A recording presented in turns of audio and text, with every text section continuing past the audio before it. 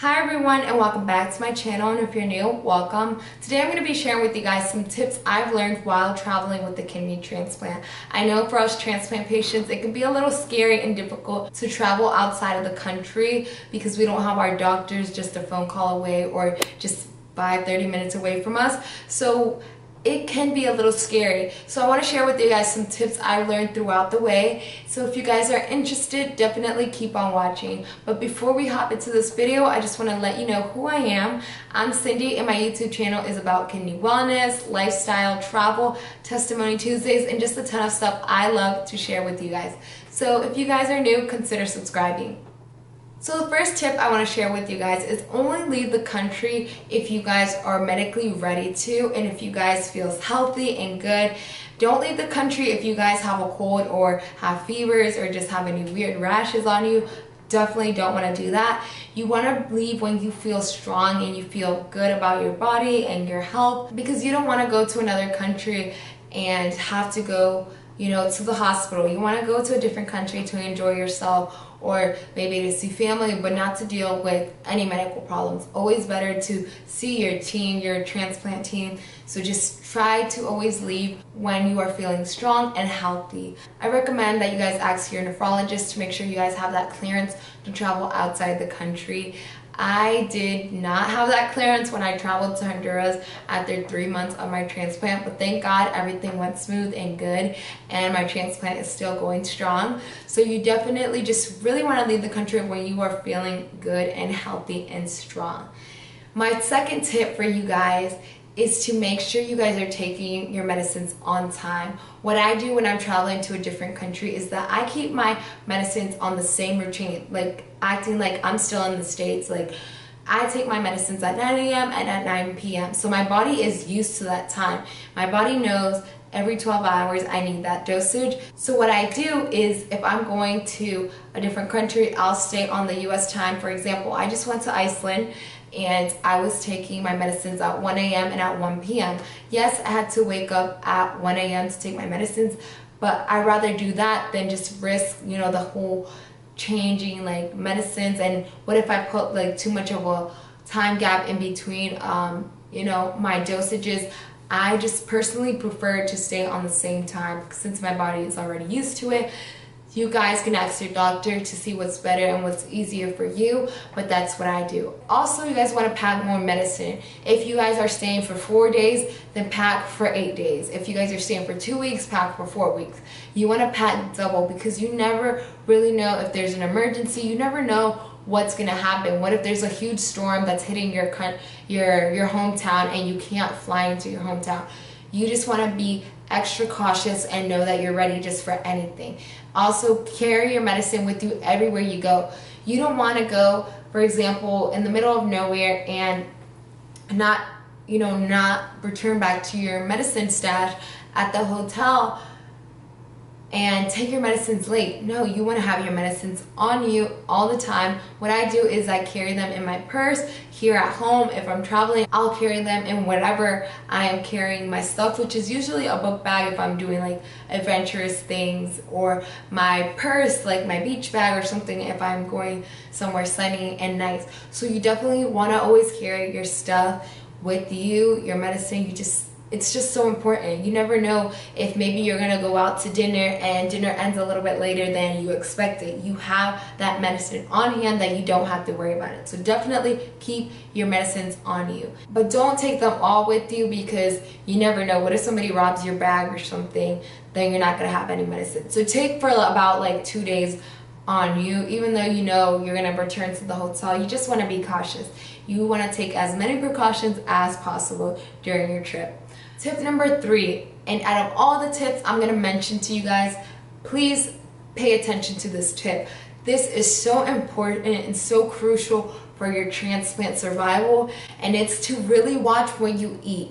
Wherever you go, you guys have to make sure that your food is fully cooked and nothing raw, no mosquitoes have landed on it, no hairs, nothing. It has to be clean because you don't want to consume something and put your transplant at risk. There's food poisoning, there's raw foods that can damage our transplant and our health. So you don't want to put yourself in a more risky situation when your immune system is already compromised. So it's super important that you guys watch where you're eating. And I want to share with you guys a small little story that happened to my uncle. So me and my uncle, we both have the same transplant team. We have the same doctor. We got our transplant both at the same hospitals, obviously, because we have the same transplant team, but we both are kidney transplant patients. And my uncle recently, about 2 months ago, he went to Honduras, which is his home country, like it's his homeland.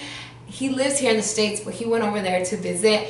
And when he went to visit, I guess he ate something that was bad. I don't know if a fly landed on it. They don't really know what happened, like what he ate that like harmed his transplant, but he ate something and he started to feel sick. He started to swell up. He started to feel symptoms of, you know, fever and basically losing his transplant. He gets back home, and when he got to the hospital, they found out that his transplant had completely died. So you have to be super careful, and that broke my heart, you know, to know that my uncle lost his transplant, and it was only 3 years. He only had his transplant for 3 years. That's why I cannot stress it enough to really watch what you eat. What I do is that I always pray over my food. I always ask Jesus, please clean and purify my food. If there's anything that is toxic, anything that's impure, take it out, remove it, clean it. I always ask God to purify it. So that's what I recommend, you know, really watch what you guys are eating, watch that everything's cooked right, and pray over your food. Ask God to clean your food. And not just only what you eat, guys, but also what you drink. This is super important. You guys cannot just be drinking from like the sink or anything. You have to make sure to drink bottled water always. You just don't want to risk yourself and put yourself in a situation where, you know, you get some type of virus or drink some impure water and you have to leave your trip because you feel sick. So you definitely watch what you eat and drink, guys. Can't stress that enough. Tip number 4 is to always wash your hands and always try to keep yourself as protected from any germs as possible. So if you are going to a populated area in a big crowd, try to stay away from people that are like coughing or people that look sick. Also, even if you're just talking to a stranger, you don't want to get too close into their face, because for them, they could be having a cold and you might not know because they don't have symptoms, because you have to remember, they have a stronger immune system. We don't. As transplant patients, we are risking our immune system. So just keep your distance as much. Doesn't matter, you know, if you don't know them, don't get all up in their face, because you want to stay as healthy as possible and you don't want to have a cold or anything. Also, always wash your hands at all times, because we're like touching different stuff and then we want to touch our face, we want to touch our mouth, our eyes. You can prevent anything by just washing your hands constantly, guys. Tip number 5 is overall just be cautious, guys. Don't push yourself. Know your limits. You know, you have to be cautious, you know, just like we take precautions here at home. You don't want to push yourself to the limit. For example, if you guys are going on a hike and the hike is 3-4 miles up a mountain and you're tired halfway, stay there, go back down. Don't push yourself. You need to know your limits. You don't want to do anything to your body that is going to harm yourself, because one day we're feeling good and we're feeling healthy and strong, and then we hit our limits and then the next day we're just feeling bad and sick. So know your limits. Really don't push yourself, because at the moment we might feel all good and dandy, but the next day we can be waking up with a fever and with a really bad headache, which you don't want. So really know your limits. And overall, just be cautious, guys. It's super important. We already know we have to be extra cautious, but on top of that, when you're traveling abroad, I always recommend just being really careful.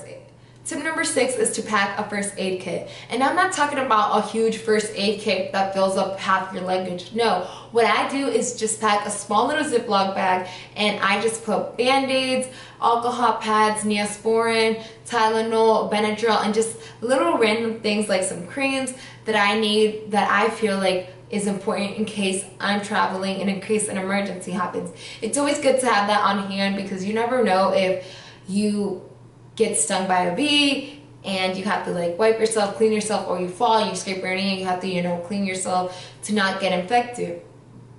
So just be very careful, pack that first aid kit. It's always better to be safe than sorry. So tip number 7, guys, is to not be fearful. Don't live in fear. You know, just trust in God, trust in what He's doing. Always pray for your trip, pray for yourself, and pray for your health, your spiritual self, and trust in God. I've been to Israel, Iceland, Greece, Honduras since my transplant, and I've only had my transplant for a year and 7 months.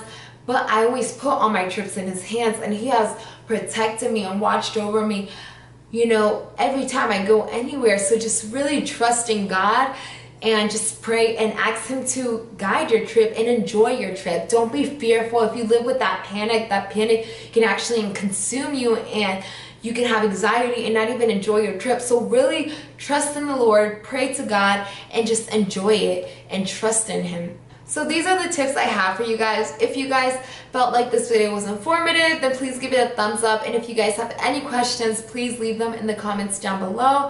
Have a blessed and beautiful day, everyone. And like I said, enjoy your trip and trust in the Lord. Bye, everyone, and I'll see you guys in my next video.